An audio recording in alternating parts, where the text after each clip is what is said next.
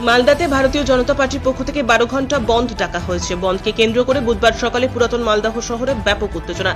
এদিন দফায় দফায় ওই শহরে তৃণমূল এবং বিজেপি পদযাত্রা করে। দুদলের কর্মী সমর্থকদের মধ্যে প্রকাশ্যে হাতাহাতি হয়।